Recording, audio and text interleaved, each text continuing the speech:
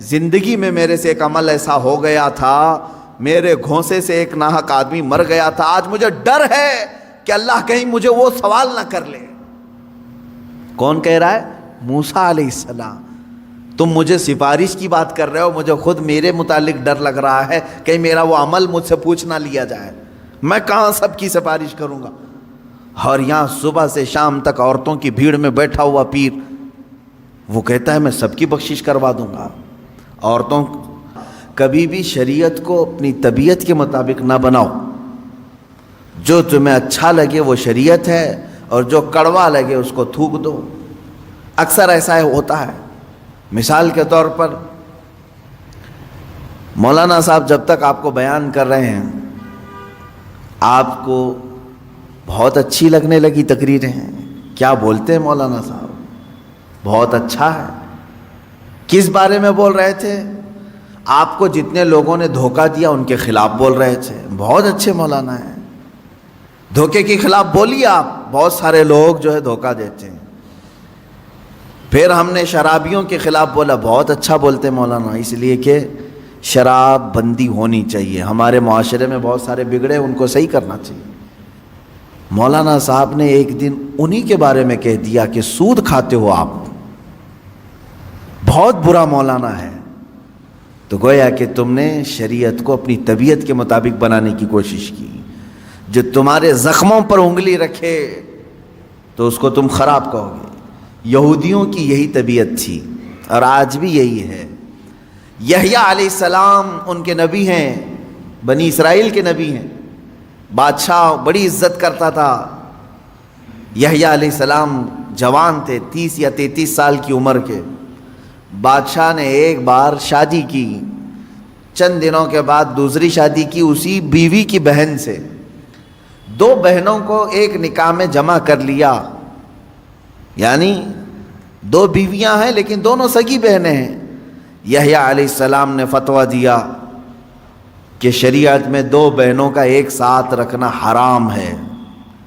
اس نے کہا میں بادشاہ ہوں۔ حضرت یحییٰ علیہ السلام نے فرمایا اللہ سب سے بڑا بادشاہ ہے، قانون اس کا ہے، تم بندے ہو، سب کے لیے ہے یہ شریعت۔ اس نے دھمکیاں دیں، کہا کہ آپ غلط کہہ رہے ہیں، میرے خلاف مت کہیں۔ حضرت یحییٰ علیہ السلام ڈٹے رہے، یہاں تک کہ بادشاہ نے یحییٰ علیہ السلام کا قتل کر دیا، آپ کا سر مبارک الگ کر دیا، جسم الگ کر دیا، کاٹ دیا۔ کس بنیاد پر؟ اس کے زخم پر انگلی رکھا تھا، برائی پر تنبیہ کی تھی۔ نبیوں کے ساتھ یہودی یہی کرتے رہے، ان کو اگر کسی بات کی تنبیہ کی جاتی تو ان کے خلاف کھڑے ہو جاتے، ان کو مار ڈالتے۔ کئی نبیوں کا قتل کیا انہوں نے۔ موسیٰ علیہ الصلوۃ والتسلیم نے کیا کیا؟ زکوٰۃ کا حکم آیا تو سب سے کہا کہ زکوٰۃ دے دینا۔ قارون جو زمانے کا بڑا مالدار تھا، وہ موسیٰ علیہ السلام کے رشتے میں بھی آتا تھا، اس سے بھی کہا کہ قارون تو اپنے خزانوں کی زکوٰۃ نکال۔ اب جب زکوٰۃ نکالنے کے لیے دیکھا تو کئی خزانے صرف زکوٰۃ میں جا رہے تھے، حالانکہ اس کو رعایت ملی تھی۔ اس نے کیا کیا؟ ہونا یہ چاہیے تھا کہ میری اصلاح کے لیے اگر کوئی بیان کر رہا ہے تو میں اپنے آپ کو اصلاح کی طرف لے جاؤں، کوشش کروں بدل لوں۔ نہیں، دنیا دار کی طبیعت یہ ہوتی ہے کہ جو بول رہا ہے اسی کی زبان کو بند کر دو۔ اس نے عورت خریدی، پیسے دے کر کے طوائف کو مجمع میں لے آیا اور کہا کہ میں موسیٰ سے سوال کروں گا زنا کی سزا کیا ہے۔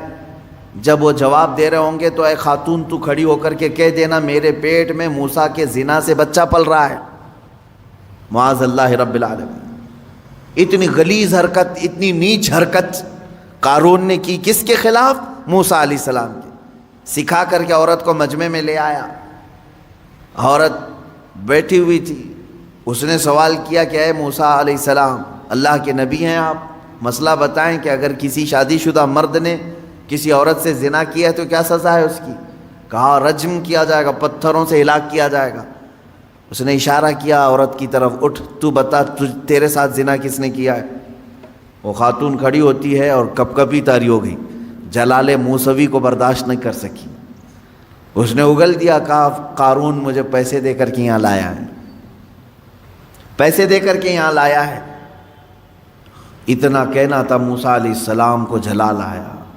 آپ نے کہا ہے زمین پھٹ جا اور قارون کو اس کے خزانوں سمیت نگل جا. دھسا دیا گیا. وہ تو اللہ کا عذاب تھا اس کے اوپر. میں یہاں پوچھنا چاہتا ہوں موسیٰ علیہ السلام کے ساتھ اتنی گری ہوئی حرکت قارون نے کیوں کی؟ اس لیے کہ نبی نے برائی پر انگلی رکھی, اسے صرف اچھائی کی تنبیہ کی. عزیزان گرامی وقار, یہ طبیعت کبھی اپنی نہ بنانا کہ اگر برائیوں کے خلاف کوئی تمہیں بیان کرے یا نصیحت کرے تو اس کے پیچھے مت پڑ جانا, اس کے پیچھے مت پڑ جاؤ. کوشش یہ کرو کہ وہ برائی ہم سے نکل جائے. آپ زندگی میں کبھی ایسا کرتے ہو؟ ڈاکٹر نے علاج کے دوران یہ کہہ دیا کہ پیٹ میں السر ہے, تو ڈاکٹر کے پیچھے پڑ جاؤ کہ اس کا پیٹ پھاڑ کر کے رکھوں گا میں, مجھے کہا کیسے اس نے السر ہے. نہیں, تمہیں معلوم ہے عقل ہے اتنی, ڈاکٹر میری بیماری کو بول رہا ہے, ہو سکتا ہے اندر. اگر ڈاکٹر نے کبھی کہہ دیا تمہیں آپ کو ہارٹ کا پرابلم ہے, بلاکیج ہے, دوڑے دوڑے بھاگتے ہو, کیا علاج کروں ڈاکٹر صاحب بتائیں تو صحیح. کوئی ایک بندہ مجھے بتائیں جو بدلے میں یوں کہہ دے ڈاکٹر تیری ہر نس کو میں پھاڑ دوں گا, تو نے بولا کیسے مجھے, میرے بلاکیج ہے. نہیں, وہ جب تمہیں کہہ رہا ہے تمہارے اندر بیماری ہے تو تم مان لیتے ہو, ایکسیپٹ کرتے ہو. یہی بات ایک عالم دین اور ایک خطیب شرع سے بھی تمہیں اسی طرح کا سلوک رکھنا چاہیے کہ اگر موجودہ خرابیوں اور برائیوں پر وہ تنبیہ کرے, کوشش یہ کریں کہ ان برائیوں کو اپنے اندر سے نکالیں, نہ یہ کہ اس کے پیچھے پڑ جائیں. ہمارے بعض علماء نے یہ کہا تھا کہ قوم کا حال یہ ہے کہ پتہ نہیں وہ نیت کرتے ہیں امام کے پیچھے, کیا کہہ کر کے نیت کرتے ہیں معلوم نہیں. نماز میں عشاء کی 4 رکعت فرض نماز واسطے اللہ کے, پیچھے اس امام کے. تو اب یہ سمجھ میں نہیں آتا پیچھے اس امام کے مطلب کیا ہے, یعنی صرف نماز میں پیچھے ہے یا پھر پوری زندگی اس کے پیچھے پڑنا ہے. میرے عزیزو, داعیان دین اور داعیان حق کے ساتھ انصاف کا معاملہ ہو, یہ میں اپنے لیے نہیں کہہ رہا ہوں, میرے پیچھے پورے پڑ جاؤ کوئی معاملہ نہیں, لیکن جو رسول کریم صلی اللہ تعالیٰ علیہ وسلم کی شریعت طاہرہ اور دین حق کو لے کر تمہارے درمیان آئے, ان کے ساتھ وہی سلوک کرو جو آپ کے جسمانی مرض کے لیے ڈاکٹر کے ساتھ آپ سلوک کرتے ہو. انبیاء اکرام علیہ السلام کے ساتھ یہودیوں نے جو سلوک کیا وہ سلوک آپ نائبان رسول کے ساتھ نہ کریں. یہودیوں کو جو باتیں اچھی لگتی تھی وہ لے لیتے تھے, اور جو ناپسند ہوتی تو نبیوں کا ہی قتل کر دیتے تھے. 1-2 نہیں, ہزاروں نبیوں, 10,000 نبیوں کا قتل کیا ہے انہوں نے, تقریباً 10,000 نبیوں کا. قرآن میں کئی جگہ پر آیت آئی وَيَقْتُلُونَ النَّبِيِّينَ بِغَيْرِ حَقٍّ, یہ ناحق نبیوں کا قتل کرتے تھے. نبیوں کا کام یہ اتنا ہی ہوتا کہ ان کی برائیاں بتا دیتے تھے, یہ غلط ہے. تو یہاں آج امت کو بھی میرا یہی پیغام ہوگا کہ اگر تمہاری برائیاں کوئی بتائے تو یہودیوں کی طرح ان کے جان کے پیچھے نہ پڑ جاؤ, بلکہ ان برائیوں کے خاتمے کے لیے مل بیٹھ کر کے لائے عمل تیار کریں. اب آگے کی آیت میں پڑھتا ہوں, اللہ تعالیٰ فرماتا ہے اے رسول, یہ اہل کتاب آپ سے کہیں گے, آپ سے سوال کرتے ہیں کس چیز کا, ان تنزل علیہم کتابا من السماء, کہ آسمان سے ہم پر کوئی کتاب اتار کر کے دکھاؤ, آسمان سے ہم پر کوئی کتاب اتار کر کے دکھاؤ. اللہ تعالیٰ فرما رہا ہے ایسا ہوا بھی تھا. حضور صلی اللہ تعالیٰ علیہ وسلم کے پاس یہودیوں اور عیسائیوں کی جماعتیں آئی اور کہنے لگے ہمارے سامنے اترنا چاہیے کتاب, آپ پر آ رہی ہے وہی. اچھا وہی کیسے آتی تھی یہ بھی میں بتاؤں, یہ قرآن کی جو آیتیں آتی تھیں کس انداز سے. میرے آقا صلی اللہ تعالیٰ علیہ وسلم بیٹھے ہوئے ہیں, اچانک جو صحابہ ہیں, صحابہ اکرام محسوس کرتے تھے حضور صلی اللہ علیہ وسلم ٹھنڈیوں کے زمانے میں پیشانی سے بہت تیز پسینہ بہنے لگ جاتا تھا, سخت ٹھنڈیاں ہی کیوں نہ ہوں, موٹے موٹے پسینے کی بوندیں گرنے لگتی تھیں، صحابہ سمجھتے کہ وہی اتر رہی ہے، قرآن کی آیتیں اتر رہی ہیں میرے آقا صلی اللہ علیہ وسلم پر۔ شروع میں حضور اکرم صلی اللہ تعالیٰ علیہ وسلم کی حدیث ہیں، بخاری شریف کی شروعات میں کتاب بدء الوحی میں ہے کہ گھنٹیوں جیسی آواز آتی تھی، سلسلۃ الجرس اس کو کہا گیا ہے، جیسے گھنٹی بجتی ہے اس طرح کی آواز آتی اور قرآن کی آیتیں اتر رہی ہوتی تھیں۔ کبھی جبرائیل امین علیہ السلام انسان کی شکل میں آ کر کے بیان کر کے چلے گئے۔ ایک صحابی حضرت دحیہ کلبی رضی اللہ تعالیٰ، اکثر حضرت جبرائیل امین ان کی شکل میں بارگاہ رسول میں آتے تھے، کبھی ظاہری شکل میں آتے، کبھی کسی کو نظر نہیں آتے اور اتار رہے ہوتے، قلب مصطفیٰ صلی اللہ علیہ وسلم پر آیتیں اتاری جا رہی ہوتی تھی۔ اب یہ وہی اترنے کا انداز معلوم تو ہوتا، لیکن اترتا ہوا کوئی دیکھتا نہیں سوائے رسول پاک صلی اللہ علیہ وسلم کے۔ تو اب یہ یہودی اور عیسائی آئے اور کہے ایک کتاب ایسے اترنا چاہیے، وہ دکھنا چاہیے ہمیں کہ آسمان سے کتاب اتر رہی ہے۔ تو اللہ تعالیٰ نے فرمایا اے رسول، یہ آپ سے سوال کر رہے ہیں کہ آسمان سے کوئی کتاب اتار کر کے دکھائیں؟ یہی وہ لوگ ہیں جو آپ سے پہلے اس سے بھی بڑا سوال موسیٰ علیہ السلام سے کر چکے ہیں۔ اس سے بھی بڑا سوال کیے تھے موسیٰ علیہ السلام۔ کیا کیے تھے؟ وہ پہلے پارے میں بھی آیتیں گزر چکی، یہاں پر بھی ہے، فقد سألوا موسیٰ اکبر من ذالک۔ تو یہ تو موسیٰ علیہ السلام سے اس سے بھی بڑا سوال کر چکے، کیا؟ فقالوا ارنا اللہ جہرتاً، انہوں نے کہا تھا موسیٰ علیہ السلام سے، یہ یہودیوں نے، اچھا آپ اللہ اللہ کہہ رہے ہیں بہت، ہم اللہ کو سامنے دیکھنا چاہتے ہیں، دیکھ کر کے ایمان لائیں گے۔ لن نؤمن حتی نری اللہ جہرتاً، قرآن میں ہے، وہ ضد کر کے بیٹھے ہم اس وقت تک ایمان نہیں لائیں گے جب تک اللہ ہم کو دکھے گا نہیں۔ میرے عزیزو، یہ بڑا سوال موسیٰ علیہ السلام سے کیا تھا انہوں نے، موسیٰ علیہ السلام سے، تو ہوا کیا ان کے ساتھ؟ اللہ فرماتا فَأَخَذَتْهُمُ الصَّاعِقَةُ بِظُلْمِهِمْ، اس طرح کا سوال کرنے پر اچانک ایک بجلی چمکی اور اللہ تبارک و تعالیٰ نے ان پر آسمان کو نیچے کر دیا، اتنا کہ اب گرے گا تب گرے گا۔ خوف کے مارے وہ پورے دہل گئے۔ سوال کیا کیا تھا؟ ہم ایمان نہیں لائیں گے جب تک اللہ ہم کو سامنے نہیں دکھے گا۔ تو اللہ تعالیٰ نے بجلیاں بھیجی، کڑک بھیجی، بہت خطرناک قسم کی کڑک، بجلی کی چمک، اور آسمان نیچے پھٹ کر کے آ گیا، سروں پر آ گیا، اللہ نے روک لیا۔ اب پھر وہ ایسی ضدی قوم تھی، ان کو اوپر سے آسمان یہاں لا کر کے کھڑا کیا گیا، اب بولو ایمان لاتے ہو یا کیا ہے؟ تو قرآن کی آیت ہے لن نؤمن حتی نری اللہ جہرۃ فاخذتکم الصاعقۃ بظلمہم، تو ان کے بجلی نے کڑک لیا، یہ کڑک آ کر کے انہیں گھیر لی، تو پھر کہنے لگے نہیں ہم ایمان لاتے ہیں موسیٰ کے رب پر، ہے اللہ کوئی ہے، اب ضرورت نہیں ہے دیکھنے کی۔ اب یہاں سے سنیے میرے عزیزوں، نبیوں سے ایسا سوال کیا گیا ہے تو اللہ تبارک و تعالیٰ نے بیان فرمایا۔ مجھے حیرت ہوتی ہے، موسیٰ علیہ السلام کی قوم نے ان سے کہا تھا ہم ایمان نہیں لائیں گے اس وقت تک، توجہ ہے نا، ہم ایمان نہیں لائیں گے اس وقت تک جب تک کہ اللہ کو آنکھوں سے دیکھ نہیں لیں گے۔ موسیٰ علیہ السلام ولی تھے یا نبی تھے؟ نبی تھے، سب کو معلوم ہے۔ نبی کا درجہ بڑا ہے یا ولی کا درجہ؟ نبی کا۔ نبی کو معجزہ بھی ملا ہے، طاقت بھی ملی ہے، اور ان کی شان محبوبی بھی ہے، اللہ ان کی باتوں کو رد نہیں کرتا۔ موسیٰ علیہ السلام سے جب ان کی قوم نے سوال کیا تو دکھوا دینا چاہیے تھا نا، ٹھیک ہے چلو میں اللہ دکھا دیتا ہوں تم ایمان لے آؤ، نہیں دکھائے۔ موسیٰ علیہ السلام اپنی قوم کو اللہ نہیں دکھوائے، وجہ یہ ہے کہ وہ خود بھی نہیں دیکھے، وہ خود بھی انہوں نے نہیں دیکھا تھا۔ اب میں آپ سے یہ کہنا چاہتا ہوں، اتنے سالوں گزر جانے کے بعد للو پچھو پیر صاحب آئے اور وہ مریدوں سے کہتے ہیں ہم اس وقت تک تمہیں بیعت میں نہیں شامل کریں گے جب تک اللہ تمہیں دکھا نہیں دیں گے۔ مرید بھی گھومتے ہوئے کہہ رہا ہے کہ ہمارے پیر صاحب تو اللہ دکھاتے ہیں پھر بیعت کرتے ہیں۔ کون سا پیر ہے وہ؟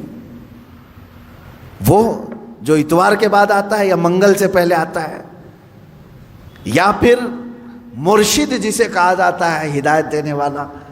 عزیزان گرامی وقار، قرآن پڑھو، اس طرح کی ایسی باتیں نہ مارو، ہواؤں میں نہ پھینکو۔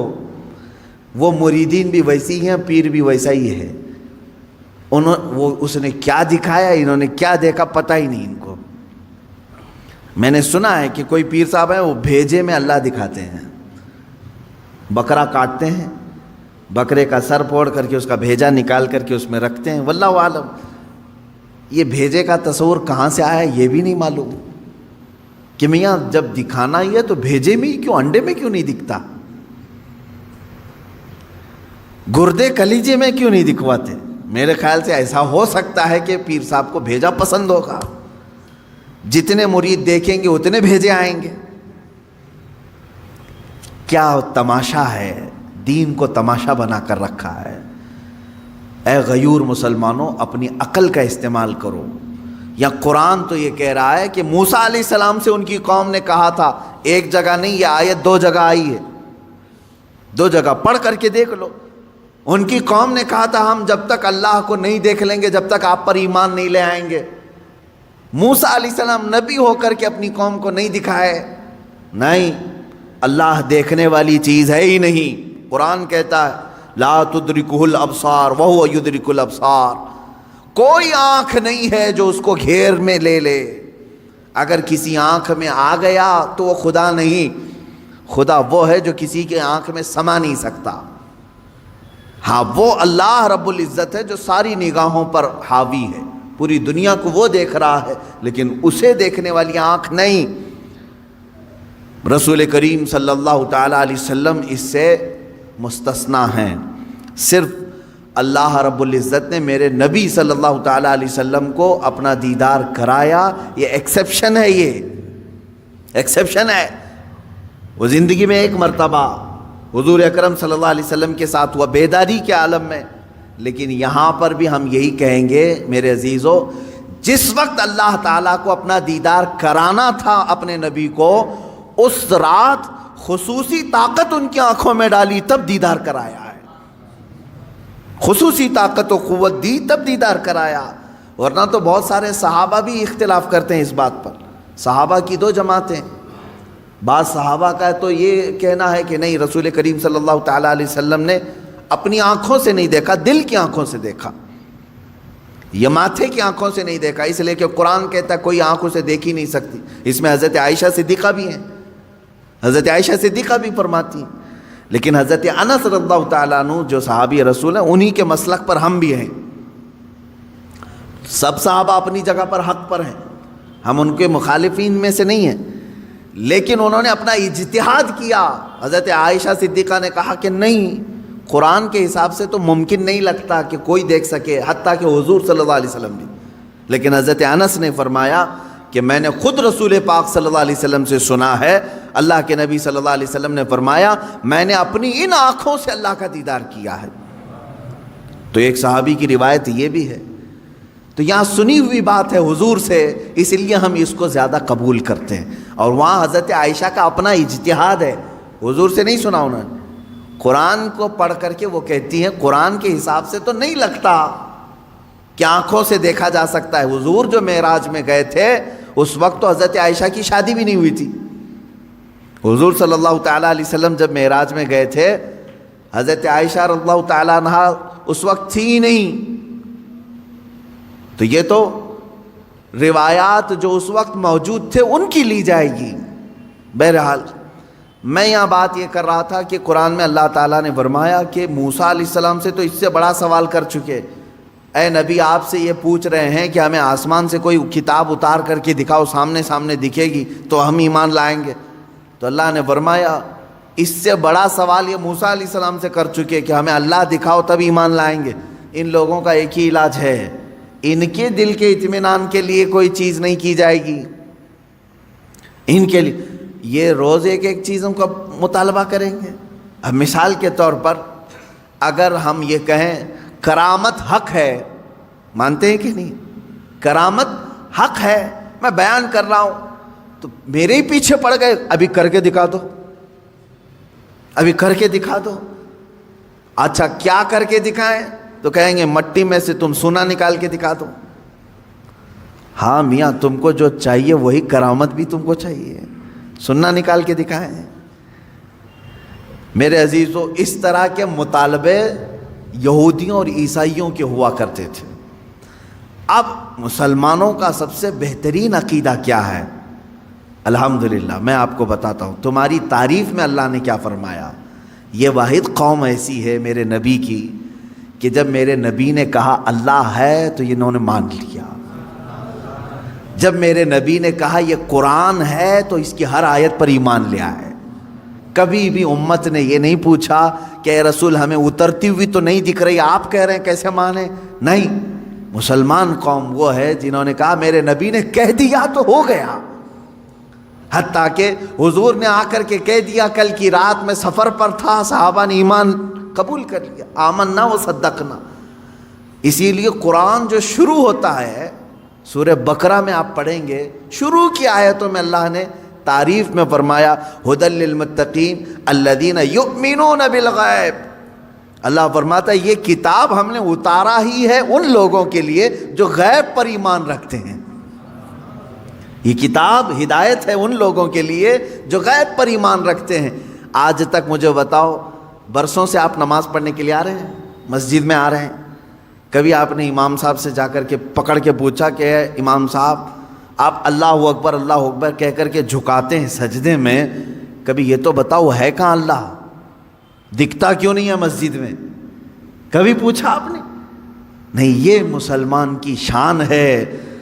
ہر مسلمان کے دل میں اللہ رب العزت کی محبت بسی ہوئی ہے، اسے معلوم ہے ایک ذات ہے، میری دیکھنے کی اوقات نہیں، جب وہ وقت آئے گا مولا حجابات ہٹائے گا اور اپنا دیدار کرائے گا۔ کیونکہ جنت میں جانے کے بعد مسلمان کو سب سے بڑا انعام کیا دیا جائے گا؟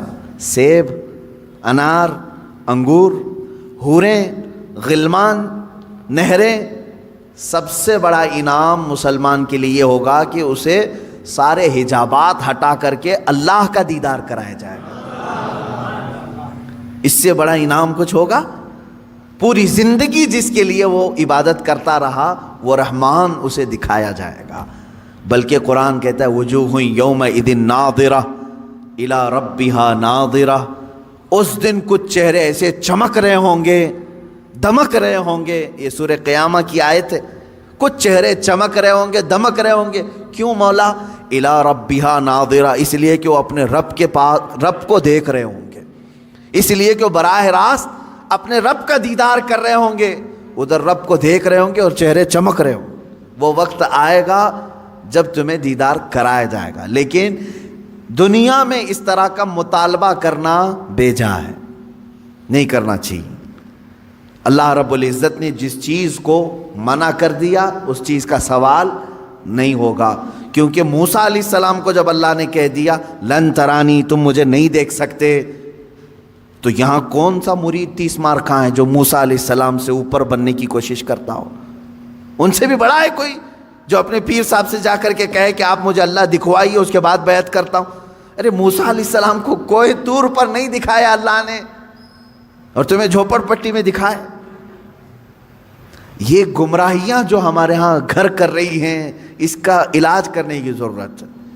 میں اتنا سخت ان لوگوں کے خلاف اس لیے بولتا ہوں میرے عزیزوں، مجھے جہاں تک میرا دل کہتا ہے، اس طرح کے جو تصوف کے بہانے سے ہماری جماعتوں میں آئے ہیں، ان کا دور دور سے اسلام سے کوئی تعلق نہیں، یہ شیطان ہے جو انسان کے لباس میں ہمارے درمیان آتے ہیں۔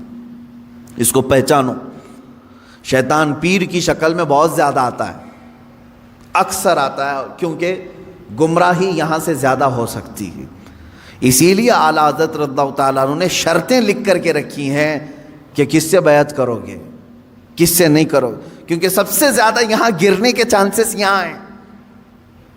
یہاں اندھا دھند یقین کیا جاتا ہے، پیر کی بات پر ایسے آنکھ بند کر کے یقین کرنے کا رواج ہے ہمارے درمیان۔ اس لیے شیطان اس چور راستے سے اندر آتا ہے کہ سارے مریدین آمنا صدقنا کہیں گے۔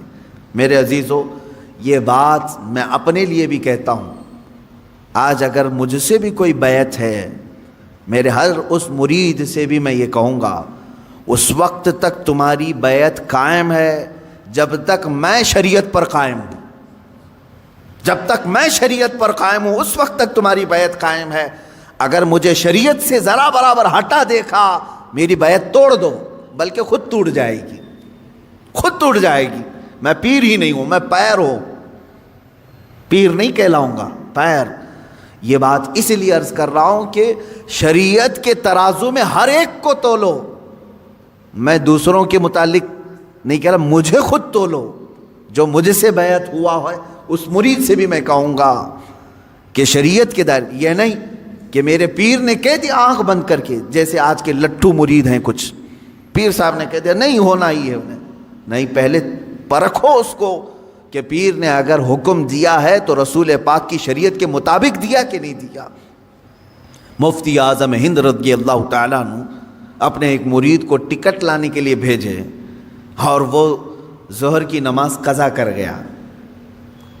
عصر کے ٹائم پر پہنچا تو سب سے پہلے مرید سے یہ پوچھا کہ ظہر پڑھی تھی کہ نہیں پڑھی تھی، ظہر تھی یا جمعہ کی تھی؟ اس نے کہا لائن میں لگا تھا، چھوڑ کے جاتا تو پھر لائن ٹوٹ جاتی اور ٹکٹ بھی نہیں ملتا، آپ کا چھوٹ گئی۔ تو آپ نے جلال کا اظہار کیا، ٹکٹ پھینک دیا۔ یہ پیر و مرشد ہے۔ اور مرید سے یہ کہا تو نے اتنا بڑا گناہ کیا کہ میری فرما برداری کرنے کی غرض سے اللہ کی نافرمانی کر گیا۔ یہ ہوتا ہے پیر۔ ہمیشہ یہ یاد رکھنا کہ پیر کی حکم بجاوری کے غرض سے کہیں ایسا نہ ہو جائے کہ اللہ کی نافرمانی ہو جائے۔ نمبر 1 سب سے پہلا ہمیں جو پرائیورٹی دینی ہے وہ رب ذوالجلال کی ذات ہے۔ حتیٰ کہ میں نے ایک روایت یہ بھی سنی، بڑے بزرگ عالم دین ہیں، میرے والد گرامی خود سرکار مفتی اعظم ہند سے بیعت فرماتے ہیں، ایک بار آپ تشریف لائے تھے ایک مدرسے میں، نماز پڑھ رہے تھے ظہر کی، گرمیوں کے دن تھے، علامہ صاحب نے بھی اس کو بیان کیا ہے۔ فرماتے ہیں کہ پیچھے وہ پنکھا لے کر کے جل رہے تھے، گرمی ہو رہی ہے، نماز پڑھ رہے تھے۔ مفتی اعظم ہند رحمۃ اللہ تعالی، میں سچے پیروں کی بات کر رہا ہوں میرے عزیز، سلام پھیر کر کے اس کا پنکھا کھینچا اور پھینک دیا اور کہا کیا کر رہے ہو؟ کہا حضور گرمی سے پسینے میں آپ شرابور ہیں، میں ہوا کر رہا تھا۔ تو آپ نے کیا فرمایا جانتے ہیں؟ کہتے ہیں میں خود اللہ کی عبادت میں تھا، اللہ بادشاہ اعظم ہے اور اس کی عبادت کرنے کے وقت بندہ غلام ہے، کیا یہ کسی غلام کے لیے لائق ہو سکتا ہے کہ غلام کی بھی خدمت کی جا رہی ہو؟ جب وہ بادشاہ کی عبادت میں لگا ہو تو غلام کی خدمت ہونی چاہیے۔ یہ فرسٹ پرائیورٹی اللہ رب العزت کی ذات کو دینے کا تصور ہم نے سچے پیروں سے سیکھا ہے۔ یہ نہیں کہ نماز چھوڑو، پیر کی عبادت میں لگا ہے، سب جنت دلا دے گا۔ کہاں کی جنت دلائے گا؟ کون سی جنت دلائے گا؟ بہت سارے پیروں نے اپنے مریدوں کی نمازوں کو برباد کر رکھا ہے، کہا نہیں تمہیں کیا ضرورت ہے، میں سب بخشوا دوں گا، سب بخشوا دوں گا۔ جو پیر ایسا کہتا ہے اسے قبرستان لے کر کے جاؤ، جو بھی مرید مرے اس کے ساتھ دفن کرو، اسے بٹھاؤ اس کے ساتھ۔ منکر نکیر آنے والے پیر صاحب بیٹھو یہاں پر، جب تک پورا حل نہیں ہوگا اٹھ کر کے نہیں جانا، دیکھتے ہیں تمہیں یہ قبرستان تک نہیں جا سکیں گے۔ حشر کے معاملات بہت سخت ہیں، جہاں نوح علیہ السلام ڈر رہے ہیں، موسیٰ علیہ السلام ڈر رہے ہیں قیامت کے دن، پیر صاحب کہتے ہیں میں بخشوا دوں گا۔ انبیاء کرام کا حال یہ ہے۔ حضرت موسیٰ علیہ السلام کے متعلق روایت ہے حدیث پاک میں، پوری قوم ان کے پاس جائے گی اور کہے گی سفارش کریں، تو کیا کہتے ہیں جانتے ہیں؟ اے لوگو، دنیا میں مجھ سے ایک عمل ہو گیا تھا، ایک فرعونی کو میں نے گھونسا مارا تھا، وہ مر گیا تھا، قرآن میں اس کا ذکر ہے۔ ایک فرعونی وہ لڑ رہا تھا، کس کے ساتھ؟ موسیٰ علیہ السلام کے خاندان والے ایک آدمی کے ساتھ۔ تو ان کے خاندان والے آدمی نے مدد کے لیے پکارا، آپ گئے، اس کو گھونسا مار دیا، وہ مر گیا۔ دوسرے دن پتا چلا کہ ان کے خاندان والا جو آدمی تھا وہ خود غلطی پر تھا، وہ آدمی نہیں جس کو موسیٰ علیہ السلام نے مارا، وہ غلطی پہ نہیں تھا، یہی غلطی پر تھا، اسی نے مدد کے لیے بلایا، اسی نے مروا دیا۔ موسیٰ علیہ السلام کو اس عمل پر بڑی پشیمانی ہوئی، اور قرآن پاک میں اس کا ذکر ہے۔ موسیٰ علیہ السلام نے رو رو کر کے توبہ کیا، استغفار کیا کہ میرے ہاتھ سے ایک آدمی مر گیا۔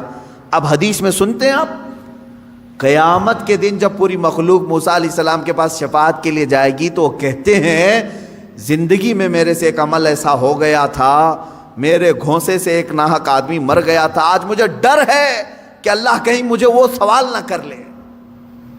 کون کہہ رہا ہے؟ موسیٰ علیہ السلام۔ تم مجھے سفارش کی بات کر رہے ہو، مجھے خود میرے متعلق ڈر لگ رہا ہے کہیں میرا وہ عمل مجھ سے پوچھ نہ لیا جائے، میں کہاں سب کی سفارش کروں گا۔ اور یہاں صبح سے شام تک عورتوں کی بھیڑ میں بیٹھا ہوا پیر، وہ کہتا ہے میں سب کی بخشش کروا دوں گا۔ عورتوں، ہاں مرید کرنا جائز ہے عورتوں کے لیے، لیکن مصافحہ، بدن دبانا، مالش کروانا، یہ چیز ہرگز شریعت کی اجازت نہیں دی جاتی۔ ایسے سارے لوگوں کی میں تردید کرتا رہوں گا، اس لیے کہ اپنی قوم پہچانے۔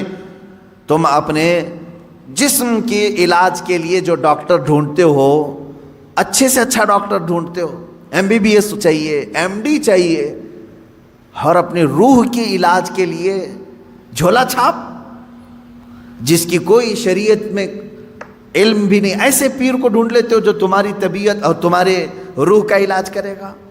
وہ کیا علاج کرے گا؟ وہ خود بیمار آدمی ہے بیچارہ، روحانی بیمار ہے۔